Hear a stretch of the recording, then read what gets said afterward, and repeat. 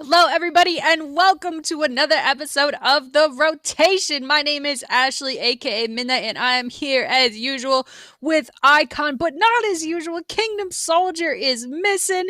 He needed the night off, so shout out, Kingdom. We're gonna miss you, your hot takes, your incredible, long-winded just breakdowns of everything that's happening. We miss you, bud. We're hoping you're having a good night, and it's what an episode to miss, because although we did just do an episode, last Thursday, and we're back on our Tuesday nights now, a lot has happened over the weekend. I think it was the night that our podcast released, or was it the next day? I think it was the night that it released. Dallas, after, mind you, on the last episode of the rotation, I'm trying to make some content here. So I was like, hey guys, like, which one of the top three teams would make a team change? And everyone was like, no one. And then an hour or two later, Dallas benches Hook the Nuke and brings on Fellow's a great guy, great player. He's in a hard spot right now. Wow. I mean, we have to talk about that first, right, IKON? What was your take? What was your reaction? I think everyone was like, WTF, but what are your thoughts on that? Yeah, I think you kind of covered the intro there well, in that when we asked that question last week, I was like, there's no way. Because we went through like Atlanta's roster, and you're not getting rid of any of those guys. We went person by person through Optics roster. You're not getting rid of any of those guys. We did the same thing for Dallas, and if you were going to get rid of somebody on Dallas, I would have never guessed that it would have been Hook, because through like the first stage and a half, the dude was like the league MVP. He was the best player in the CDL. You go through like after stage one and after the first tournament and stuff like that, he was far and away the best player in a ton of statistical categories. And then this comes out. So I don't know. I wish I had more to say. I do think that there's probably just some communication issues. And I know some of that has kind of come out over the last day or so in different articles that have been out on the internet. But it's definitely shocking. And then what a time for it to happen, because literally as soon as it happened, the next match that they had to play was against Toronto, who's the hottest team in the league. And that match was a complete disaster, as you would probably expect it to be. I saw something like this was either the first or the second time that Dallas has been 3-0'd. So for them to release Hook and then they get 3-0'd in a fashion that they don't really get 3-0'd in, it just wasn't a great weekend for them. And you kind of expected it, just because, you make a roster change, you need some time for the chemistry to build up and the team morale and the vibes and all that stuff. But hopefully it's something that they can figure out over the next stage or so, because it feels like coming into this year, you looked at Dallas and you just thought, at least I said over and over again, that I'm not leaving them. I'm not moving them from number one in my power rankings until something happens. Like until they get beat, until they don't show up in a major, or until there are problems, whatever. And now it just seems like they're slipping further and further down power rankings to, at this point, like, I don't even know where to put them. Like, do you put them ahead of Florida? Do you put them ahead of LA Thieves? I mean, maybe, but they don't look great. It's just, even though they're so high in the standings, it just brings up a ton of different issues. But just back to the Hook thing overall, I was mind blown. I couldn't believe that it happened, and we'll see what Hook ended up doing from here and how Dallas ended up moving on from here. There's just a ton of questions out there.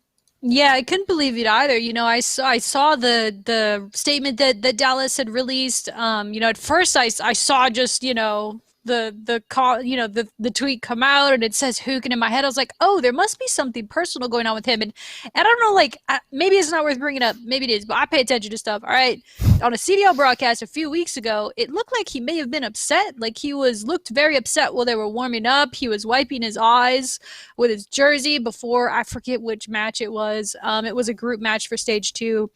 And I was like, oh man, like, I hope he's okay. Like, I don't know what the circumstances are there, but, maybe he has personal stuff going on. So that, like, my brain, in the first, like, half second that I saw Hook bench, I was like, oh man, I hope he's okay. But then in their statement, they specifically note, performance. And it's like we were talking about last week on the rotation, like, Dallas's map count is insane. They're like, what are they? They're 43 and 34.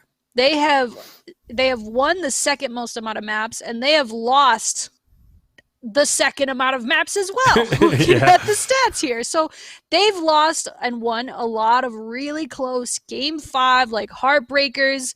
And I get it. Like, if you're Dallas and you're thinking second place isn't good enough, we want that 1 seed going into playoffs and champs, like, that's where we want to be. And we're one wild roster move from making that happen. I could get where maybe that's coming from. And there is so much, guys. I mean, even like, just obviously being in COD esports and working with and for organizations for as long as I have, it's almost never like the surface level what you think. There is always so much going on behind the scenes that I or you don't even know about. So who knows what this situation really is.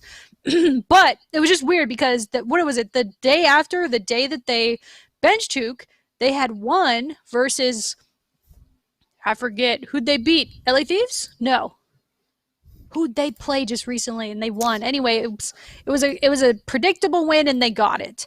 And so they're bouncing back a little bit after a tough stage 2 for them. So they win with Hook, they drop him, they get 3-0'd by, I mean, yeah, a blazing hot Toronto. It's crazy. They're melting all the snow up there in Canada. And like, yeah, if you're, I guess my main question is, because we're never going to be able to figure out, especially on this podcast, what and how and why. But now I wonder, what happens? That's the most compelling thing to me. What happens to Hook? He's on the bench. I don't know. I mean, obviously, Dallas Empire, they still have full rights to that. Like, he's still a part of Dallas Empire. He's not like a free agent.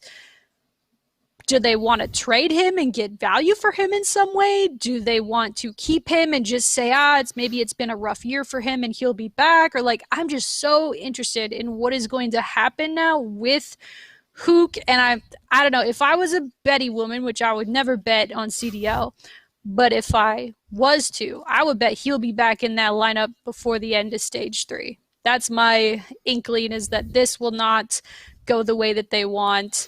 And I don't know, maybe not. Maybe I'll eat my words and it'll be amazing with Fellow, because Fellow's a great player, but is he Hook great? I don't know. So Icon, what do you think? What happens with Hook now? Yeah, I don't know. I mean, it's all good and fair points. It just seems like over the last week or so, everything that's come out from Dallas, it really does seem like it's like the end of the line for him playing for them. Like, it seems like they're looking forward and they're trying to move on and stuff like that. But it's interesting because you look up and down some of these rosters, and I know that we talked a little bit before the show started, but if you could take Hugh and plug him into a couple of the rosters around the league, all of a sudden, like, there's a bunch of teams that become instant contenders. And for Dallas, I just think that this really hurts them. Like, if you look at how they've performed over the season, one of the biggest storylines for me is how much like Shotzi and Illy have really underperformed this year. I mean, Shotzi, you have the league MVP from last year on your squad, and this year, like in hard points, a game mode that he's so good at with so much pace and puts so much pressure on the enemies, he's got like a sub-1 KD. Illy has a sub-1 KD. Like, they're not playing great. You look at how they're playing in Search and Destroy. Shotzi's got a 0.9 in S&D. Illy's got a 0.81 in S&D. Like, these are two players that are known for how well they play in some of these game modes, especially Search and Destroy, and they're just not getting it done.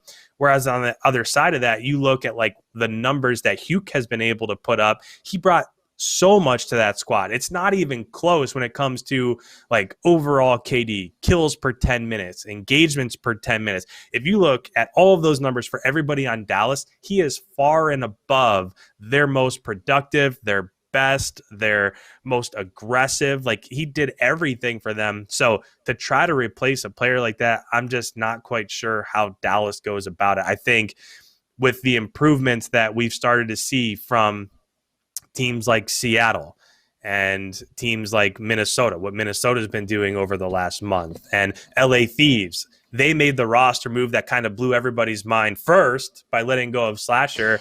And then Draza comes in and Kenny's playing fantastic. And now they're on a little bit of a roll, and it seems like their vibes are super high.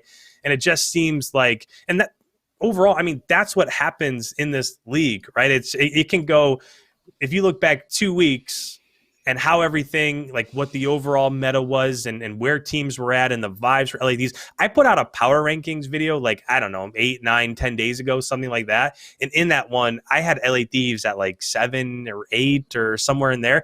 And I got dogged. People were like, you need to put LA Thieves at 11 or 12. Like they're just an organization that's just free falling.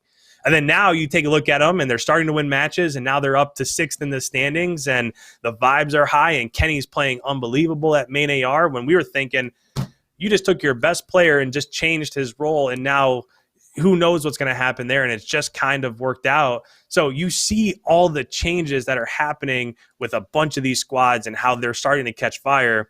And you take a step back and you look at Dallas, and it's almost the exact opposite of that. Like, where do you find confidence if you're a Dallas fan? Like, I don't know. I look at Shotzi's not playing well. Illy's not playing well. Crimsix is playing decent. I would venture to say that he's a top 6 man AR this year. But when you get rid of your best player, I don't know. Hopefully Fellow can come along and really provide what that squad needs, but I just don't see it. So looking ahead, I just think that if you're Hook, I mean, I think I even saw like before this year started, he was talking about just leaving and trying to play Valorant and just giving up his spot and letting Clay and Crim and everybody else still be there. Does he go towards a different game? Or like we mentioned before, you put him on Seattle, look out. Like they're all of a sudden, like they're going to be competitive against the New Yorks and the LA Thieves and the Minnesotas and the LAGs and squads like that. They might even be competitive. I mean, we've seen them play teams like Toronto super close. So all of a sudden they're a contender. We did say, I don't think that this will ever happen, but if he went over towards like Optic or something, now you have a potential best squad in the game. And that would be a scary squad if he got on Optic somehow. So just thinking about what he'll do and where Dallas is heading, I mean, think about the roller coaster that Dallas has been on over the last year. They go from winning champs to having this super scary squad, and then Clay gets released, and then now Hugh gets released, and then they're getting 3-0'd by teams like Toronto.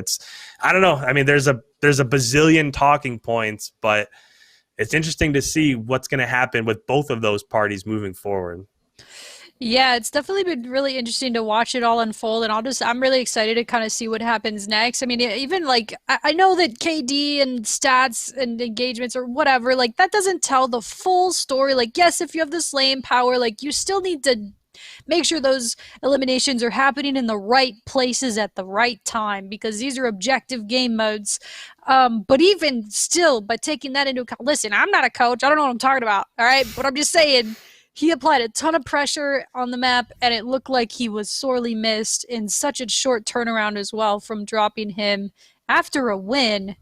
So I guess, yeah, the more I'm thinking about it, there must be something deeper than what we all know, whether it's his interest in going to another title, team chemistry issues, who knows what it is. But sheesh, this was not oh man, we got to start having like crazy prop bets at the beginning of the year. And so I'll just start throwing darts out there and see what lands, because you never know. Some of the craziest stuff happens in the Call of Duty League. So yeah, I'll be excited to see what happens with Hoog. Do they leverage him, to another franchise for, I don't know how trading works exactly, if it's you get compensation or if it's an even like player to player thing. I don't really know. I don't know anything about that. It's not my job. But I'll be interested to see what happens with him and where he ends up next, or if he ends up, like I said, I mean, if I was going to say, hey, by the end of stage 3, will Hook be back playing for Dallas? I don't think. Probably. Yeah, I don't know. Unless there's just something we don't know about and they're not getting along. Things aren't going well. Who knows? But yeah, it'll be interesting to see how they bounce back. I'm sure like Dallas is more than qualified. Their coaching staff's insane. Crim's great leader. They have so much talent on their roster, and Fellow is really talented. Like, he's a plug and play player. So they could be good, but I don't know if they will be Hook the Nuke on Dallas good. We'll see. So Some impressive debuts this last weekend. Hydra debuting with New York Subliners. They were the ones who 3-0 Dallas, right? I am terrible. I actually did not watch that match. But I did see a couple of the highlights. I was catching the tactical rap bits about it, which was cool. And then we also had Cheen making his debut on LAG. Shout out Big Cheen, literally one of the best people in CDL. I don't know a single person who doesn't like this guy. He's just good vibes. Love his stream, love his tweets, his Twitter. He's just great. Shout out Cheen. He had an impressive KD at 1.36 in just overall. His control was 1.30. His search and destroy was 2.5 and hardpoint 1.21. Very impressive stuff. I mean, I know they're going up against a Paris team that they've been on the ropes, right? They've been on a downward trend and they are definitely free falling and having a hard time, but I still thought this was impressive. It was a 3-0 and Cheen really came in and kind of acted like he'd been there the whole time. So what did you make of Chino's debut with the starting lineup of the Gorillas?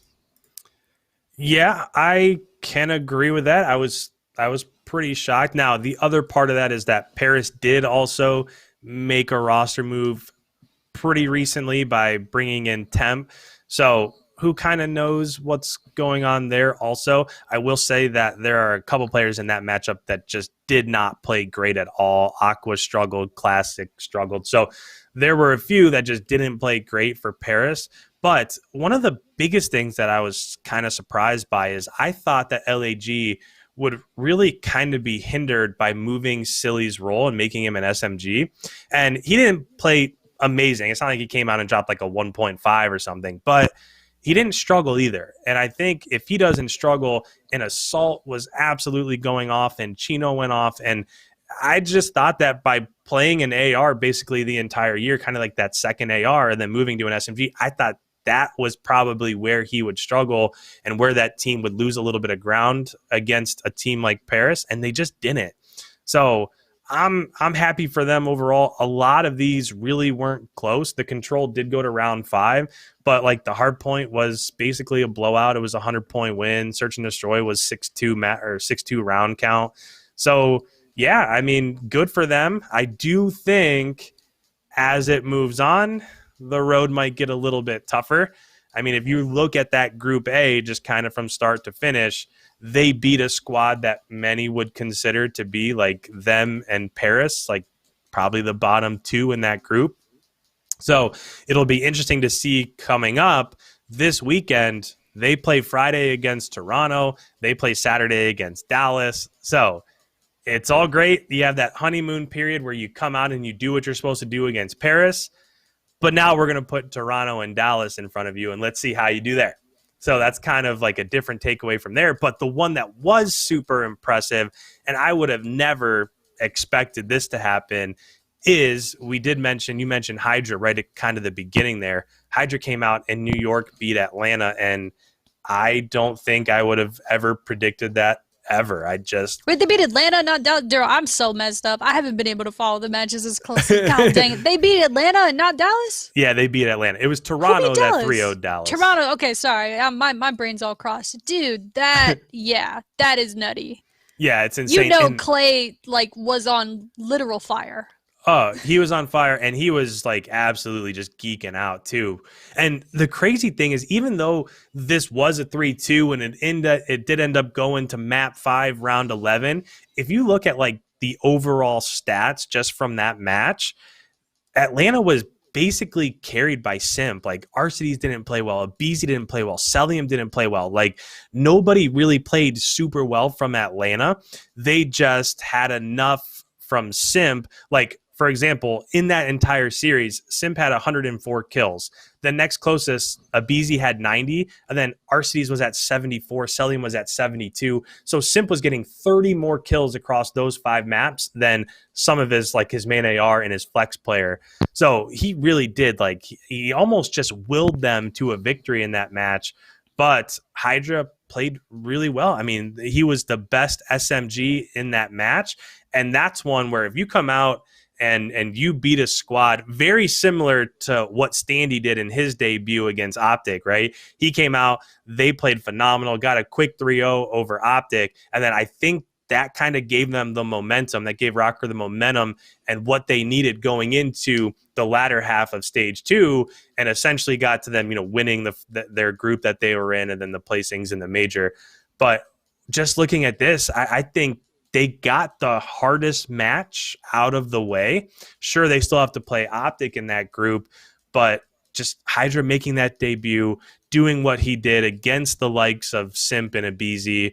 We'll see what happens moving forward. But the other part of that also is that Clay played really well, because the last time that we saw New York in the stage 2 major, Clay was off. And I know that he came out and he tweeted a little bit after that he just, whether it was his headspace or how much he's been grinding the game or whatever the case may be, he did kind of just bring to the table the fact that things probably weren't where he wanted them to be overall. And I think him rebounding and being the best player overall in that matchup, and you saw the fire and you saw kind of all those intangibles that he brings to the table, I just think that they could all of a sudden be a squad that's pretty scary again. I mean, their group is tough.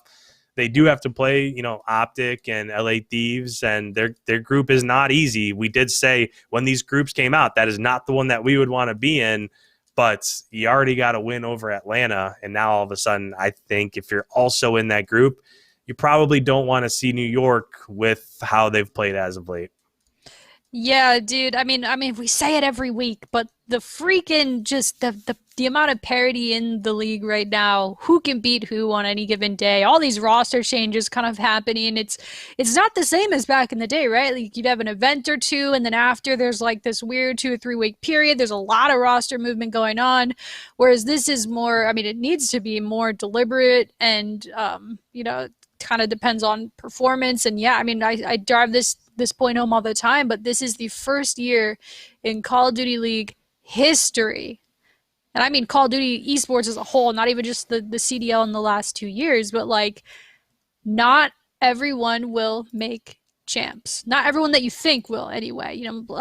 There was always like the top 32 teams in the world would make it, or the top 16 from America would make it. And that's more than our league right now. Yep. And so now everything's been slimmed down, and the top 8 of the best make it to champs, and that has just made for excellent entertainment. I mean, I feel for these players getting moved around or benched, because it's a competitive sport, really. But it's just been really awesome to see just how this has gone down. I'm really excited. Oh my gosh. Speaking of roster moves, one more before we kind of move on to the stage 2 week 2 predictions. Or is it week 3? Dude, I'm so lost in the sauce lately. This is the second week. Oh, this is going to be nutty. This is the current standings. Now, looking at this, we were just talking about Hook a little bit ago. Do you think,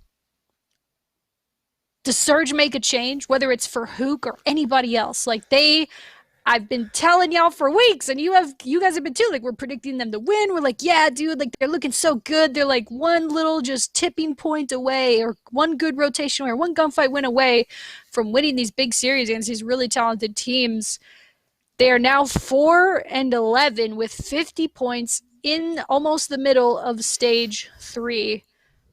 What are you doing if you're let's pretend IKON is the GM for Seattle Surge. I'm not sure who the GM is, so no disrespect to that person, but IKON, what are you doing with Surge? You making a change? You keeping Looney? You getting rid of him? Who else you moving? What are you doing? You calling Dallas? What are you doing? Yeah, I think if I'm a GM for Seattle, I just take the house and I just send it over to Dallas and do whatever I can do to get Hook. Because if you do that, I mean, they're scary. If you're just looking on the surface, you might see that matchup that they just had in week 1 against Optic Chicago and think, all right, they got 3-0'd and they're not really where that you expect them to be. But the first map hardpoint was 250 to 240. And the only reason why they won that is because Envoy and Dashy absolutely clutched up as it rotated over towards P4, and Optic was able to come from behind and basically win that map 1. And then you go into the Search and Destroy. It was 6-4. A lot of those rounds, many of those rounds could have gone either way. Now, the control, the map 3 was a little bit more decisive. But in that matchup, if you just kind of look across the board as a whole, Octane went off and Gunless was absolutely frying. Like Gunless has been playing out of his mind this year, but because they haven't really been getting the victories that you kind of expect them to get, it's kind of flown under the radar a little bit. But Octane and Gunless were unbelievable. They were just numbers wise, Octane had a 1.12, Gunless a 1.19, and that was right on par with what Formal and Envoy and some of the dudes from Optic were doing.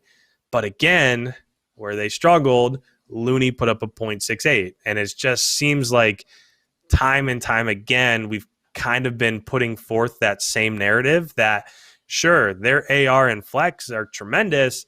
Are they going to get the production that they need from their sub duo? And over the last stage, you've started to see that Pristini's getting better and better. And you take his numbers from stage one, you take his numbers from stage two, and it just looks like a totally different player. So now you're getting the production you need from your AR, from your flex, and from one of your SMGs.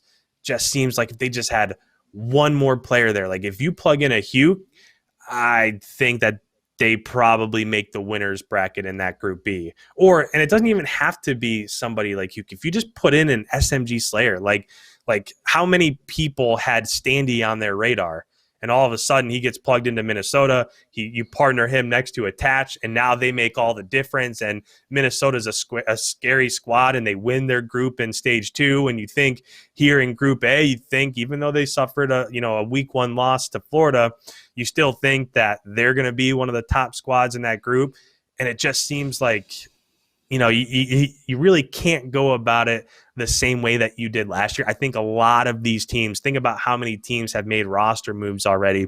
A lot of these teams learned from last year that we have to make a move. If things aren't working, we can't just kind of just sit back and rest on our laurels and hopefully it comes around and maybe we'll get better over time. They're saying, no, there's a ton of talent out there. Let's go ahead and let's bring in a Standy. Let's bring in a Venom. Let's bring in a Paul X and a Zaptius and these guys that are out there winning AM events week after week after week. Let's give them a shot and see what happens. And for the vast majority of those teams that have done that, it's paid off for them. So if you're Seattle, I think maybe this stage is like a last-ditch effort here to see if maybe the squad can get it going. But if not, I think you have to bring in another SMG, just a young gun, and see how that kind of just changes the team chemistry overall. Because if they get it, I think now there's going to be another team in this league that you have to watch out for. Like it's clearly happened with Florida and it's happened with Minnesota. And now LA Thieves look dangerous and New York looks dangerous. And all these squads that were like shuffling to be in the middle of the pack are starting to kind of look insane. So you add Seattle to that mix by making a roster move. It adds to it just a little bit more. So if I was them, I'd probably try to find another SMG to pair beside Pristini, but we'll see what happens. Who knows? Yeah, maybe they'll try to stick it out. I mean, one of the things you said towards the end there was, they're getting to that point, or maybe they'll see how this stage 3 goes and then they'll make a change. I thought they needed to do that last stage. Like, yeah, Pristini started to look better, and maybe they thought that, if the other members of the team could improve as incrementally well as a Pristini did, they would be able to surpass. But it's clear to me that they've kind of hit their ceiling. I don't know. Maybe I'm wrong. Maybe they'll stick with Looney, and there will be some sort of just major, who knows, the meta could change next week and all of a sudden Seattle's nasty. You really never know what's going to happen. And Looney's a very adaptable player. Looney's a great player. But just if you look at the performances of the Seattle Surge as a whole and just how dang close they've been to beating some of the best teams in the league, but still time after time, control after control, just L's. I don't know how they haven't made a change yet. And to the point of, you see all these other teams like snatching up this talent. Hey guys, the talent's getting snatched up. Like, you got to figure out what you want to do, really. So I'm surprised that they haven't yet. However, I love when a team sticks together through the hard stuff, though, and comes out on top. We've seen that happen in Call of Duty many times before. But this year, the flavor of the month is, hey, pick up a nasty rookie and see how he fits. Sometimes it doesn't work your way, but sometimes it really does. Shout out to ROKKR. Shout out to Stain. Holy cow. Let's insane, go. insane rookie performance. So yeah, I don't know. I guess I mean it'll be interesting to see what Surge does next. They're like becoming one of my favorite teams in the league to watch just because I do want them to win. Now, there's so much the underdog at this point, and they are so close to winning every time. And it's like they need to tip that scale a little bit. So I don't know. Maybe they can improve, or maybe they should put me in coach. I don't know. I'll tear it up. You should see me with the MSMC back in the day. Yo, Shannon, this is a surprise. Hold on. Let's go. Did you know about this icon? I did not. I had no idea. Shannon, the producer. Shout out, Shannon. Dude, for the audio listeners, Shannon has put a YouTube comment on the screen from Daniel Peel. Says, would Pristini and Hook be a good SMG duo? Sheesh. I mean, yeah. I mean, Hook and me would be a good SMG duo. What do you think, IKON? Would Hook and I'm just kidding. All respect to Pristini, but yeah, they would be nasty. Like, imagine if they just had if Seattle had that little bit more slaying power, could Pristini and Hook help take that team to the next level? Yeah, I like kind of the second part of her question there, where she said, do they complement each other? And that can be a thing, right? If you put together, for example, if you took like an Abizi and a Pristini, they are very much so just ultra uber aggressive. I mean, they basically just do the same thing. And there's a lot of those route men around the league. Like that's what Envoy does. That's what Shotzi does, even though he's not doing it super well this year. But Pristini and Hugh, Pristini is that super aggressive entry man, that route man that's always, just up in people's grills where you don't expect him to be. And that's where he puts a ton of that pressure. Very much so like what Standy's brought to the table. And Hugh is just a flat out Slayer SMG. Hugh and Simp are very much so like almost the same person. I think that Simp's probably a little bit more talented when it comes to being versatile. Like when it comes to using an AR or sniping an S&D, if we ever get that back, because I hope at some point we finally do. Lord, please, man. Yes, please. It just makes the game, especially Search and Destroy, so much more interesting to watch. But when you have a slaying SMG, just a flat out Slayer running around the map with an AK-74U, then you put him next to Pristini, I think that would be just an unbelievable compliment. In the same way that I know we both kind of said that we would never see this happening, even though we said the same thing about Hugh. But in the same way that if like Scump ever moved to like a GM role of Optic or something like that, and you put Hugh and Envoy together, sheesh. I mean, my Lord. I mean, that could easily, if that was to happen, and Scump's been playing great. This is nothing about Scump. He's been having a great year. He really has been. If you look at like SMG stats, like kills per 10 minutes and how many engagements he's getting in around the map, like Scump's been playing really well. But Hugh's like the best player in the league. So that's kind of the only reason why we kind of say that, or why I kind of said that. But if you put them together, all of a sudden, that Optic roster is already like a top three roster. But you put that squad together, now you've got like, okay, is this the best team in the game? Do they rival FaZe? Are they better than FaZe? Like kind of what's going on there? And then of course Toronto's there, and Toronto's making it. It's just there's so many good teams all over the place. Like it's just. There's so many storylines in the CDL. But to answer the question, yeah, they would be a tremendous duo overall, and they would complement each other just perfectly. Yeah, that would be scary. And I mean, you made a great point. Like last week, we were talking, so would any of the top three teams make a change? No way. Dallas does.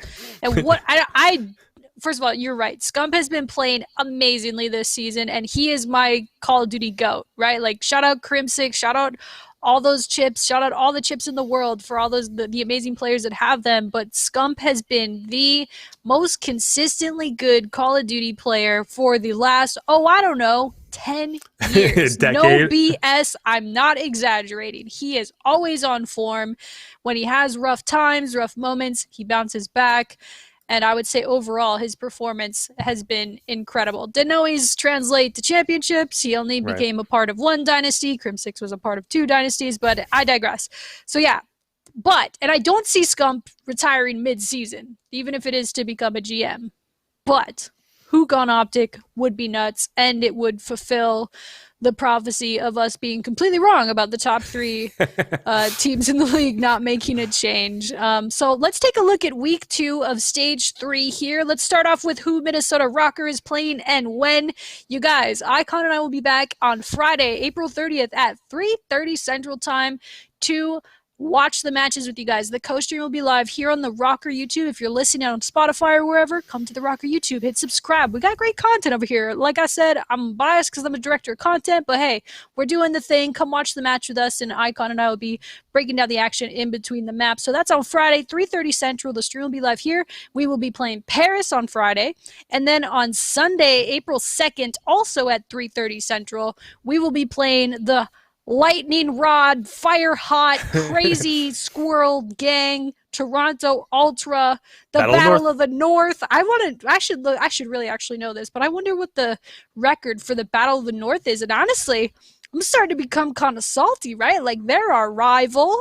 They've won 2 events. And they're shredding right now. Yeah, and they're shredding right now. Like, we have not won a man. And if you guys don't know how the stages work, so right, you have these group matches. So Toronto's in our group. These are the group matches that are happening through April, and then at the end of April, there will be a major tournament that is like a tournament format where there's like best of 2 elimination or whatever. Yeah, not best of 2, but like upper bracket, lower bracket. You got one chance.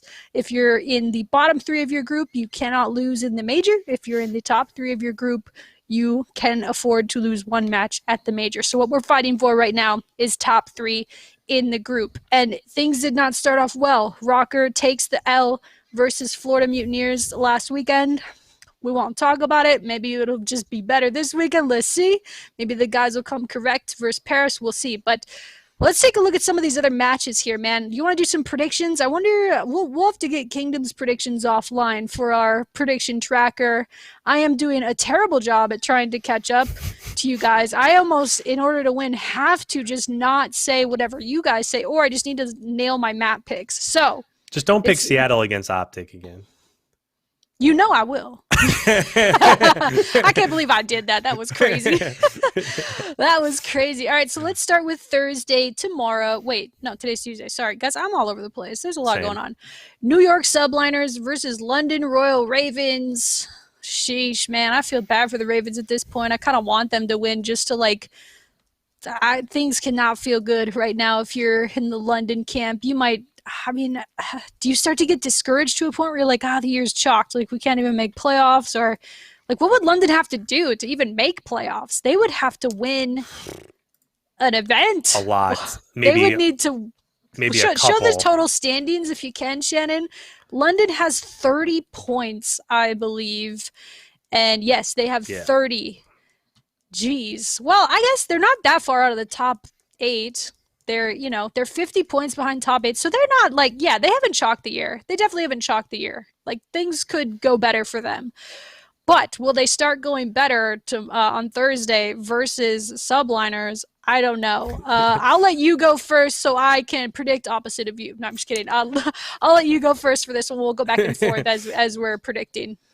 Yeah, I take a peek at this one. I think it's the story of kind of 2 different franchises here. I think New York is on the up and up. I think they added Hydra. They just got a win over Atlanta. I think, oh boy, they're kind of on that roller coaster ride again where we kind of didn't expect much out of New York. Then they showed up with Diamond Khan, who is no longer on their roster, but they made their moves and they started to make a run during that first and second stage. Made a roster move, and you think, all right, now they're going to kind of fall behind a little bit, and then they come out and beat Atlanta, and all of a sudden you're like, all right, I guess they're here to stay, and their roster's nasty again.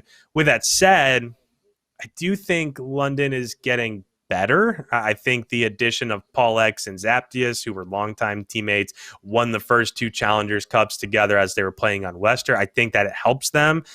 I think a big part of that is that hopefully they'll be able to take a little bit of pressure off of Shawnee, because I think Shawnee is still their best player, but he hasn't been putting up the type of numbers you want to see him put up just because, I mean, they were just getting wiped. They were just getting obliterated off the map.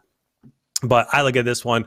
I do think it'll be a 3-0. I think that London will probably be competitive in those. But right now, I mean, Clay looks disgusting. Hydra had an incredible debut. I just think that they're going to be too much in this one. Yeah. It's hard to disagree there. London, they, when Paul X came on, and now they've taken Dylan out of the lineup. Which, I mean, if you would have told me a year ago that was happening, I'd be like, "You're crazy. That would never happen." And I guess the "you're crazy, that would never happen" is just the theme for CDL this year. So, Yep. I mean, crazier things have happened. We've seen upsets, but I don't think we're going to see one here. We see a nice and new, fresh looking New York, who's already kind of had some ups and downs this season, but I think they'll stay on the up here. I'm going to go with Subliners 3-1 over London, and that is because I'm trying to get some extra points. But no, here I'll predict. Well, this isn't really fair to predict first. No, that's all right. So That's whatever. the next match is Atlanta FaZe on Thursday versus Los Angeles Thieves. The Thieves. Gosh. I mean, Thieves have been looking good, right? They've got a vibe, main AR Kenny, I'm surprised. I don't know why I doubted it. He's an amazing player. I just felt like positioning is so key for a main AR, but maybe you just can be an aggressive AR and really kind of get away with it and help your team set the pace. He's such a good player that we've now seen him do literally everything in competitive Call of Duty. So shout out to Kenny. But with that being said, FaZe is coming off of a heartbreaker L 3-2 round 11 loss to New York Subliners, and they got upset at the last major. I can only imagine what kind of things they're doing, what they're practicing, and kind of what the preparation is like. So I think FaZe is going to come out hot here. I don't know if it'll be 3-0, 3-1. I'll just say I think FaZe will come out with the hot heat. LA Thieves looks pretty streaky, and I think FaZe will 3-0 the Thieves. Where are you at, IKON? Sheesh. Yeah, I mean, you hit a lot of the major talking points with Atlanta, and I mean, they've got to be just furious, just nose to the monitors, just absolutely grinding. It's interesting with LA Thieves because you kind of look at their trajectory over the last stage, and they went from losing to London, 3-0'd by FaZe, 3-0'd by Gorillas, and then they make the roster move and get rid of Slasher, which nobody thought would happen. And you think, oh boy, we'll see what happens with them.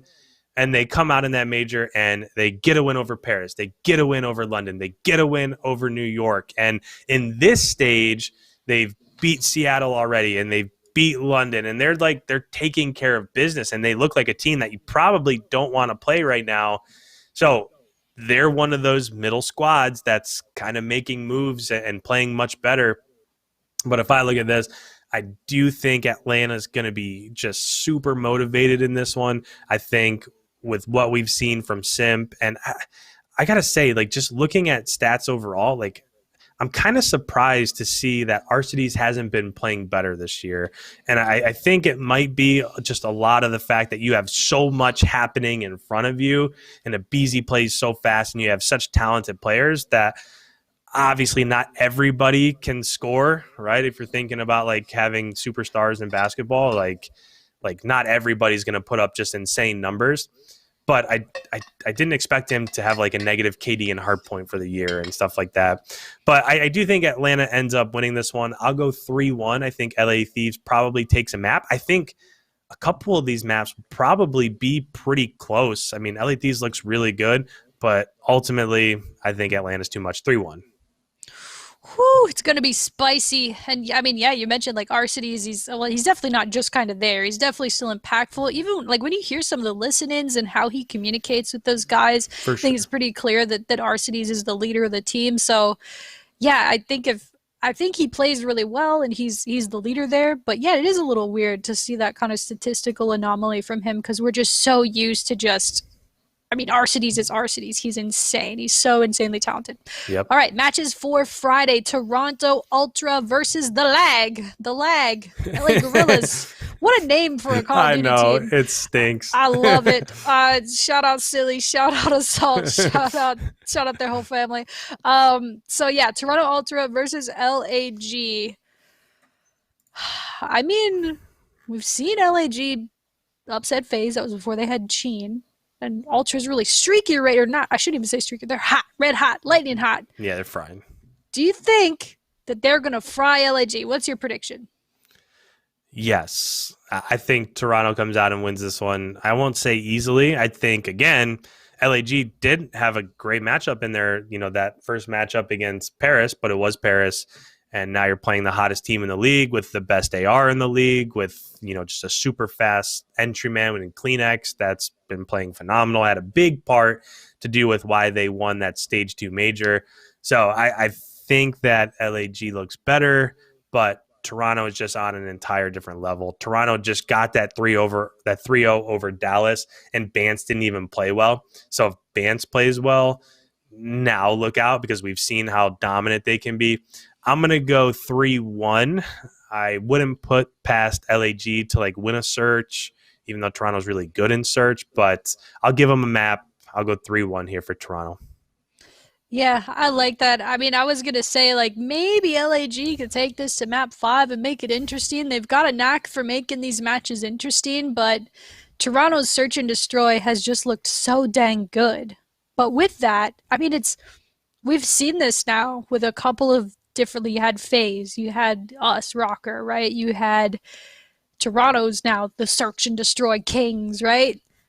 It seems like whenever you heavy is the head that wears the crown, right? Your strats get out, how you play together kind of gets absorbed. Other teams start matching it or understanding it a little better. So I'm wondering if their search and destroy prowess will continue here. And LAG, I think, they could be a really strong search team and just a stronger team in general. So my heart says, dude, I want to see a game 5 because it'd be entertaining. But I think I'll go Toronto Ultra 3-1. Maybe LAG will take a control or whatever. Do I get extra points for guessing the map that they lose? I don't know. Sure, we'll give it to you. I'm just trying to get points out here, boys. I missed some predictions for a couple of the weeks.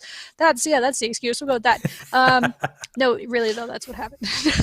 So the next match on Friday, Minnesota ROKKR versus Paris Legion. Woo! Hype. Got to come out hotter than we did versus Florida. That is for dang sure. You saw, I think it was maybe it was Brian Saint, actually, who came out in the post-match interview after the Florida match last week and said, that's not us. We're going to fix this, basically. It seemed like the guys came out flat, which I hate that excuse for Call of Duty. Came out flat. What does that mean? I don't know what that means. Mm-hmm. But hopefully they come out. What's the opposite of flat? Hyped. Height, mountaintops. Let's go. Yeah, let's go the highest terrain possible, man. Let's go, Minnesota. Let's go.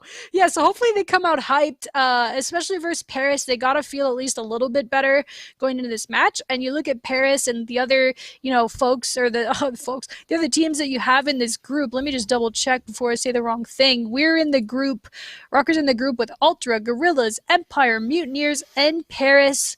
We're kind of in that similar situation we were in last stage, right? You're looking at that Paris and Florida matches, your first 2 matches is okay, if we want to get top 3 in the group, we got to come out swinging and make sure we beat the teams we're supposed to beat.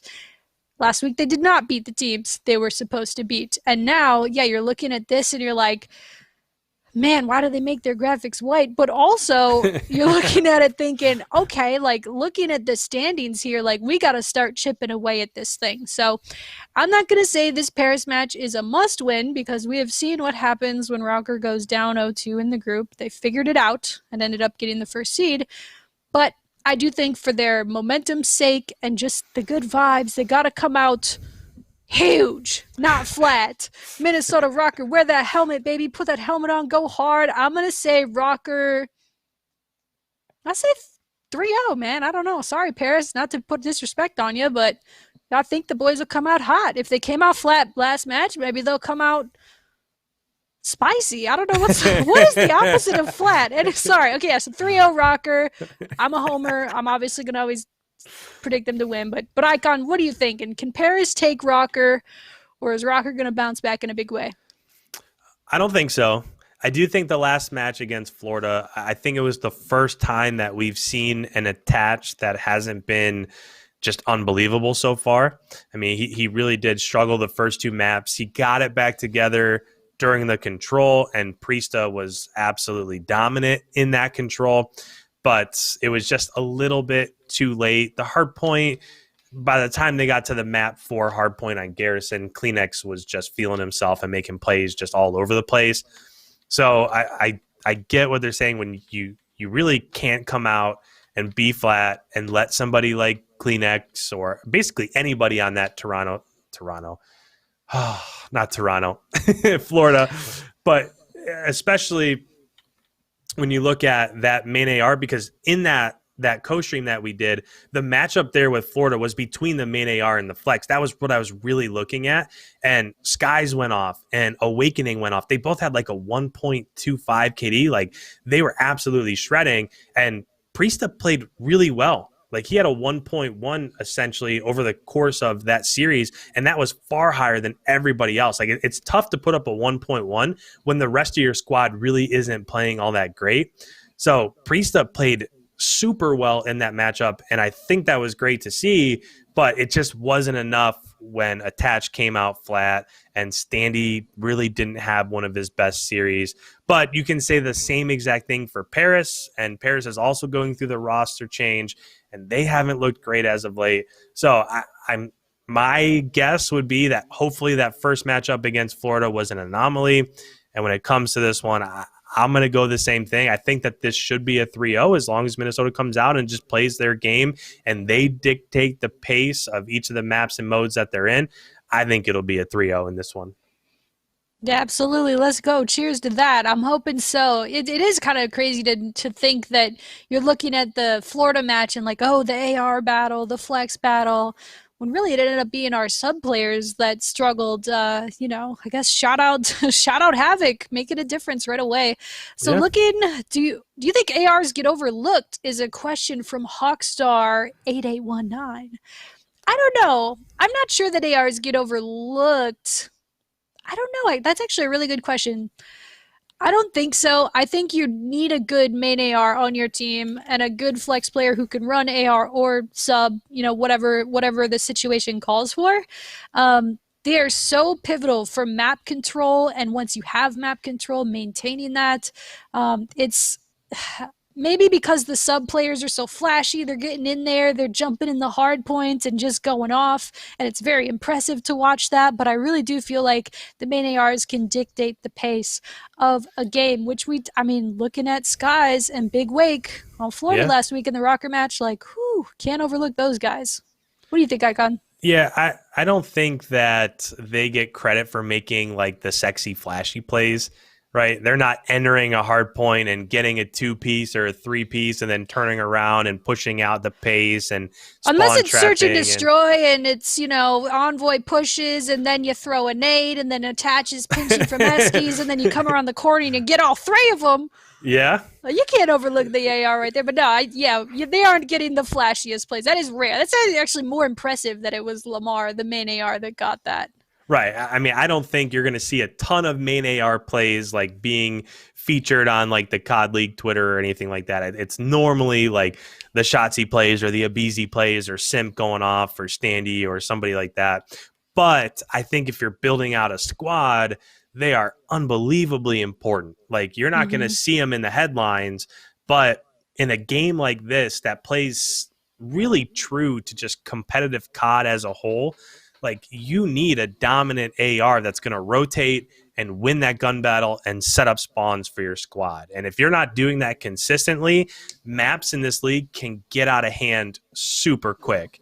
So I just think, like, on social media and overall, they probably don't get the love that they deserve. But if you're starting a squad, like, that's got to be one of the first places you look, because you need somebody like that. Like in Arcides, again, his stats aren't phenomenal this year, but just the in-game leadership and the play calls and the adjustments that he makes and the hype that he brings, along with being one of the most skilled, like, it's just, you need that person to kind of be like your in-game coach, and that's what they bring.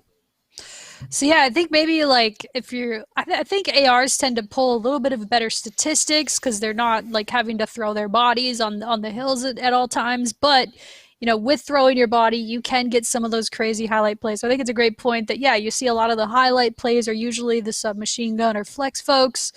But the main ARs are a pivotal role. So I would never overlook them, but maybe generally people do, right? They're like, oh yeah, main AR, you just fit in whoever. But I mean, look at InKnight, right? Like I Yep. thought Methods was playing really well on Toronto at the beginning of the year. And I do still think like Methods is a great player, but InKnight has proved to be the difference maker for that team. Now, is it because of his role or because of, however they communicate and work together as a team? Who knows? But he's been pivotal for them, which has been really awesome. So thanks for the question. And thanks, Shannon, for popping that up.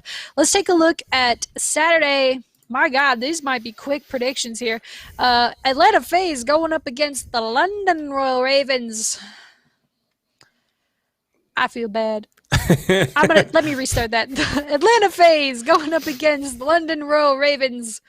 I think it's very probable that FaZe 3-0s them and goes out to lunch after. I don't know. I think it'll be business as usual for FaZe. I want London to be better than they are. I want to see them improve. I'm at the point where I'm like, yeah, man, like underdogs, like I want to do a crazy chant in the crowd for London and get hyped like the UK folks do, but they just don't have any wind in their sails, and I do hope that they can get it back. But with that said, I do think FaZe will make light work of this 3-0 for FaZe. What do you think, IKON? Can London pull a map? Can they pull a win? What do you think? Nope.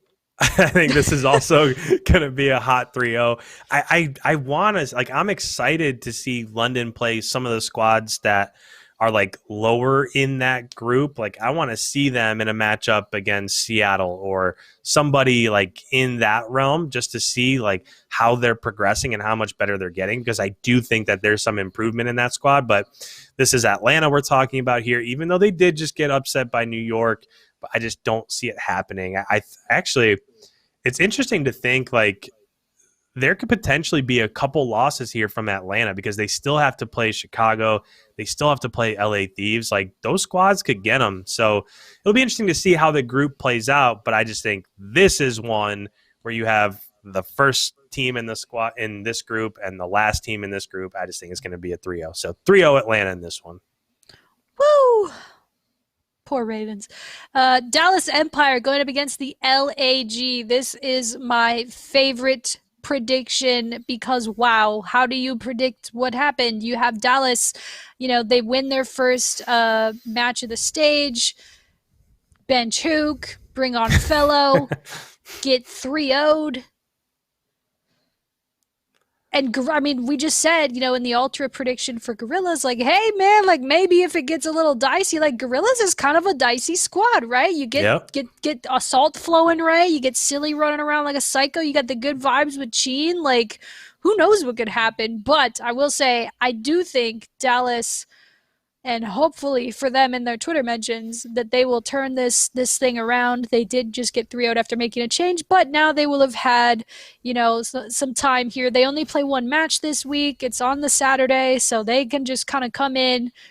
Hopefully they'll be a lot more prepared, and I think we'll see a much different Dallas versus LAG. So in typical Dallas Empire fashion, it's probably a pretty safe bet for me to predict 3-2 Dallas, because they always go to map 5, it feels like. I'm going to predict 3-2 Dallas Empire over LAG. What are you thinking? Would this be considered an upset pick? Is this upset potential? If LAG beats Empire, I think that's an upset. All right, I'm calling this my weekly upset then. I'm going to go LAG. I think the hard part, I really do think LAG is going to win this. The hard part for me is, will it get to a map 5? Because I don't have a ton of faith in Dallas. They're just not playing well. Their SMGs are not playing well. They have a new player in the lineup. So if you had any, like search strats or control strats, like you can try to get people caught up as quickly as you can, but sometimes that stuff takes time. And I know LAG also made a roster move, but it just has a different feel to it overall. Like you think about LAG and you think like Happy Chino and good vibes, and it's got like a positive feel. You think of Dallas and you're like, you just got rid of Hook and what's going on, and it's got like a negative feel to it. Not that it does, it's just like how it feels in my mind. So I'll say it goes to map 5, and normally Dallas is really tough in map 5. So maybe that's a little bit Nah, of. stick with your pick, Icon. That's We'll a go great 3-2. pick. You know, I'm going. No. So I was taking LAG, but I was deciding, am I going to go 3-1 or 3-2? Ah, I see. I'll go 3-2 LAG here. We'll see what happens. Whew, can Silly and crew do it? They beat FaZe. Like, Yeah. and yeah, I mean, I do feel like FaZe may have taken their foot off the gas a little bit, but they also haven't really put their foot back on the gas as we know it since then. So yeah, it's been really interesting to watch it unfold. I'm That's one of the matches I'm most excited for this weekend. That's not a ROKKR match. Coming up next, New York Subliners versus Seattle Surge. This one also, sheesh. This is, I mean, yeah, like in my heart, I'm like, maybe this could be my upset pick. But I've been caught the last couple weeks predicting Surge because I want them to win. I need to start thinking with my brain a little bit here. I do want Surge to win. I think they're capable of winning. That's why I keep predicting them. And they come so close. They come so close. But I do think Subliners, they're looking on form. I'm gonna go rewatch their match so I can see Hydra's debut and just see how it went. But it sounds like it went really well versus FaZe. They obviously beat them. They will have played on Thursday versus London, which we predicted that one's pretty Shannon in the chat said, no more Seattle upsets. Your points are begging you. Listen. You gotta go for it sometimes. But I do on this one, I am gonna take New York Subliners 3-1. Surge will win the Surge and then go bye-bye. Good luck, have fun. I'm excited for all these matches. These are actually banger matches. Ika, what are you thinking for Subliners and Surge?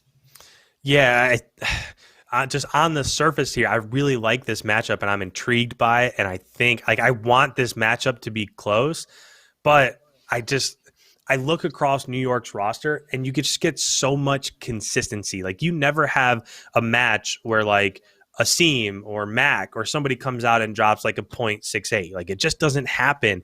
Even in a matchup against Atlanta, those guys were really close to being even for the series. And they just have this way of just playing really well all the time and being super consistent. Whereas you just always feel like you're not getting the production from somebody for Seattle, right? It's just like, it's just not coming. So when I look at these two squads, I just feel like there's going to be too much firepower. Clayster's playing really well. In fact, I'm excited to see what happens in the flex matchup because Gunless has been playing out of his mind, and I think that can be a big thing. Like, that can really help them in like a control where those players can have a lot of say around the map, similar to what you see with like Accuracy and Priesta. But when I look at this overall, I'm going to stick with 3-1. I think New York wins 3-1. I do think that it'll be close. I think that Seattle makes it interesting. We just need a little bit more production from those SMGs. And who knows, maybe it comes. Maybe now we start to get it and they start to turn things around even more.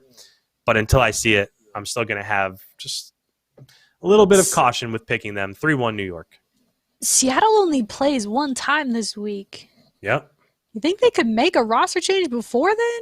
Like, F it, right? They're not to the F it point of the season, but like, I mean, yeah, we talked about it earlier. Like, at a certain point, something's got to give here a little bit and it's hard because they have been so close. But yeah, I feel like they've hit their ceiling.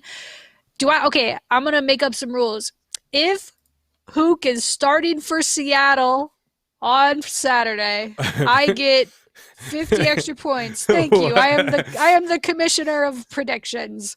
Just kidding. But that would be crazy. I don't know. Maybe Seattle actually makes a change before this match, in which I might change my prediction. Who knows? You never know. I just saw a tweet earlier today. I forget who it was by, but Pander, remember Pander from last year being on Seattle?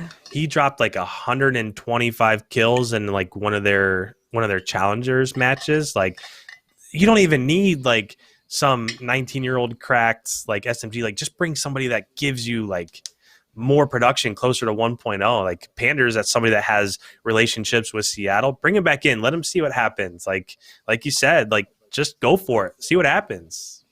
I'm predicting Hook. You're predicting Pander. Let's freaking go. That would be interesting. All right, Sunday. We got the Florida Mutineers versus Paris Legion. My goodness, Florida's looking a lot better. They did just take us out last weekend. Paris will be coming off hopefully a loss to ROKKR. Florida's tough, man. I mean, these two teams, they're fighting it out down in around the similar kind of standings, points wise in the CDL right now. So this is a very, very important match for both of those teams.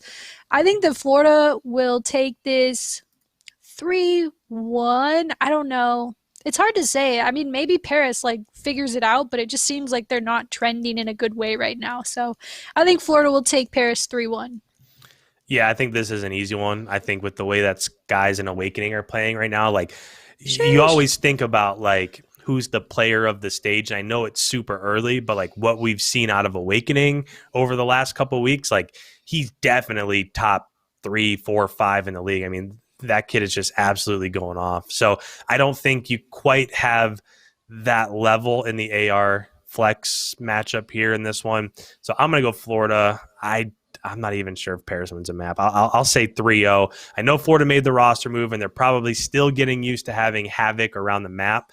But I just think that when Skies and Awakening are on, I mean, we saw last week in the matchup with Minnesota just how dominant they can be and how much they can open up the map.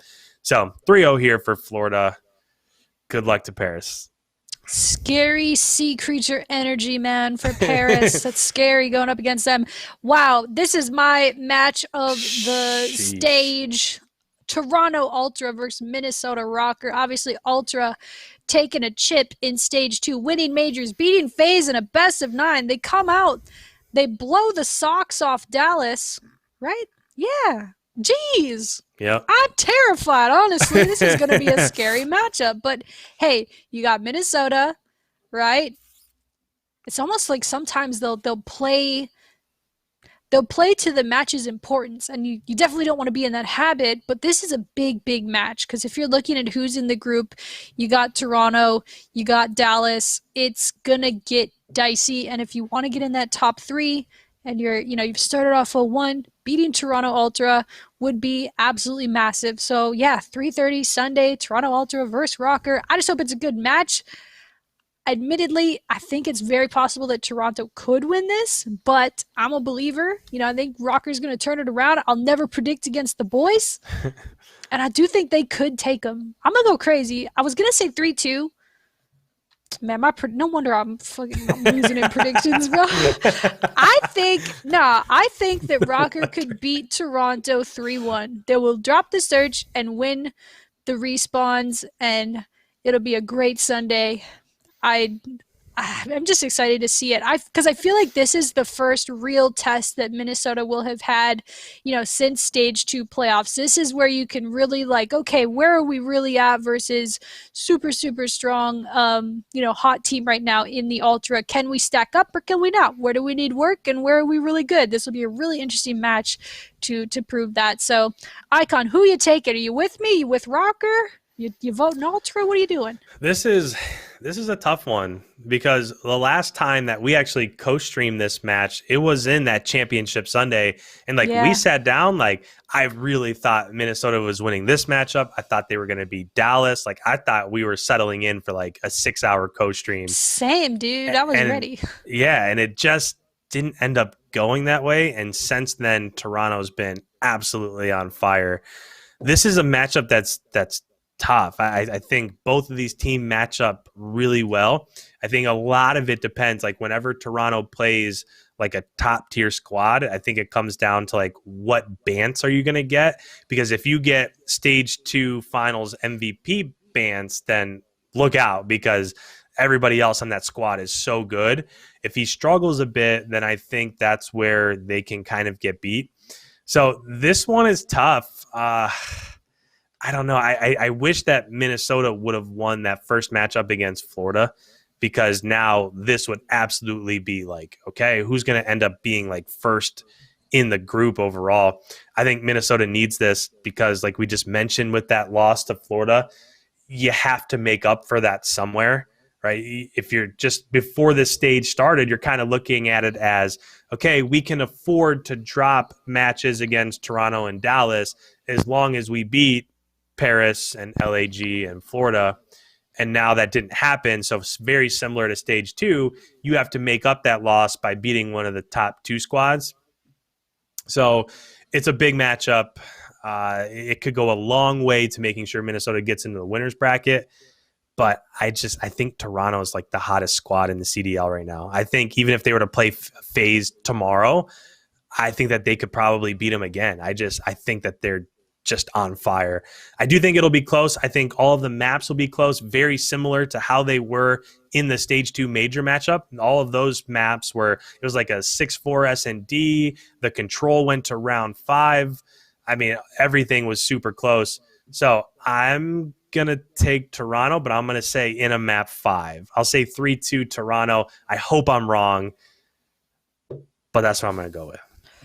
Let's go. So when ROKKR wins, I'll get more points than you, and I'll be one step closer to coming back up the leaderboard. And now to cap off the weekend of stage 3, week 2, Chicago Optic, Chicago. It feels like all the other teams, I'm like, yes, city, then team name. But with Optic, I'm like, nope, that's Optic Chicago. It doesn't make any sense. But hey, weird. The Bears Chicago. It doesn't make any sense. It's Optic, baby. We got Optic taking on LA Thieves. Hector versus Nadeshot are gonna 1v1 in the gulag. It's gonna be crazy. Imagine if that was a match. That'd be crazy. Entertainment value for days. But hey, man, yeah, you got these two lineups going at it. It's the final match of the weekend. I do think LA Thieves, they've obviously looked better, improved. I do think they have a tough weekend this weekend going up against FaZe and Optic. That's the toughest weekend you'll have until the major. Do I think they could do it? I mean, anything's possible. There's always a rogue couple matches that happen. We look at our predictions and we're like, yeah, it's chalked. This crazy thing happened. So crazier things have happened. I think it's possible that LA Thieves could beat Optic, but I don't think that it's likely, and I don't think that it will happen. I think Optic's gonna take it. Whew. Yeah, I gotta go with like my gut feelings telling me a 3-1. I don't know which map they'll drop. Maybe it'll be the first one, but they'll bounce back. Formal's been playing absolutely insane the last. In the major he played insane. In the first week of the stage, he was playing really well. So yeah, Optic's looking really scary, and I think Thieves, they're looking improved, but I don't think they're at that level. So I'm gonna go 3-1 Optic. Where are you at? Who are you picking? I kind of feel the same way about Optic. I feel the same way about Optic as I did against Florida. When you have like that AR flex matchup, and you take a peek at Formal and Dashy, they're just so good, and their gun skills so good, and they put up such insane numbers. I mean, this is tough because LA Thieves, they're starting to gain momentum. They're beating teams that you'd expect them to beat. Of course, they had a nice run, which we covered earlier in the stage 2 major. But I have a ton of faith in Chicago here. I'm excited to see what happens between Optic and FaZe, because I think they're a lot closer than a lot of people think that they are. So I think Optic could easily be the best team in this group that features just a ton of really good squads. But I like the matchup here with Optic. I think that LA Thieves is still building chemistry and getting down their strats and stuff like that, whereas Optic seems like a well-oiled machine. Even though they haven't gotten the placings that they want, I still think that they're just nasty, and you're going to see them get better as the season goes on. So I'm going to go 3-1 Optic here. If it goes to map 5, I think anything can happen when it goes to map 5, because LA Thieves have looked really good in Search and Destroy. TJ's been playing great the entire year in Search and Destroy. Of course, Kenny is just unbelievable. Yeah, Kylo Ken, man. Yeah, that dude can do it all. Put an SMG, whatever gun, it doesn't matter. That dude can do it all. He's nasty. But if it goes to map 5, I think things might get a little squirrely, but I'll say 3-1 Chicago. Whew, great pick. Great minds think alike. Wow, that does it for our predictions today. Man, we still had some. How about this? Listen, can we come at the first part of the next episode? Hopefully Kingdom will be back. We'll start with power rankings next week based off of this weekend's matches. Really, really happy to be playing twice. It feels weird when you only play once like we did last weekend. I'm ready for, to feel the ROKKR, just the energy flowing through my veins. We ain't coming out flat this weekend, boys. We're coming out like mountains, just boom, up out of the ground. Let's go. Let's rearrange the terrain. I'm excited. But anyways, that's gonna do it, I think, for the rotation this week. Kingdom, we missed you. We hope we're back again next week. And yeah, make sure to subscribe to the channel. Great content coming your way. Really cool announcement this week. Oh my God, what is it? You'll find out. I'm not going to tell you yet, but a couple things to look forward to. Number one, tomorrow, Wednesday, we're coming out with a new episode of Saga. It's the docu-series that follows our team, so you'll get a lot of really cool insight from the players on how Stage 2 went. It includes Standy arriving in Dallas, his debut with the roster, the crazy moment versus Optic is all captured behind the scenes footage. So definitely check that out tomorrow. That's premiering tomorrow. Really cool announcement coming soon. And then on Friday, 3:30 Central Time, IKON and I will be live on the ROKKR YouTube for a co-stream. So you can watch the match, kick your feet back, and chat with us here. It's a little, the CDL chat's a little crazy. You want more of a calm experience? Come on over here. We'll be chatting in between the maps as well. Shout out to the CDL stream, of course, but hey, come join us. And then on Sunday, ROKKR plays at 3:30 Central Time, and we'll be co-streaming that as well versus Toronto Battle of the North. I'm salty, bro. They have 2 chips and they won the last battle for the North in a major. Like, we better go massive on Sunday, man. No doubt. I'm hoping for it. Toronto's a scary team right now. It's going to be a great weekend of matches. But anyway, thank you everyone so much for listening and watching the podcast. We'll be back next Tuesday at 7:30 Central. That's all I got. I gave you my spiel. Have a great night and thanks for listening.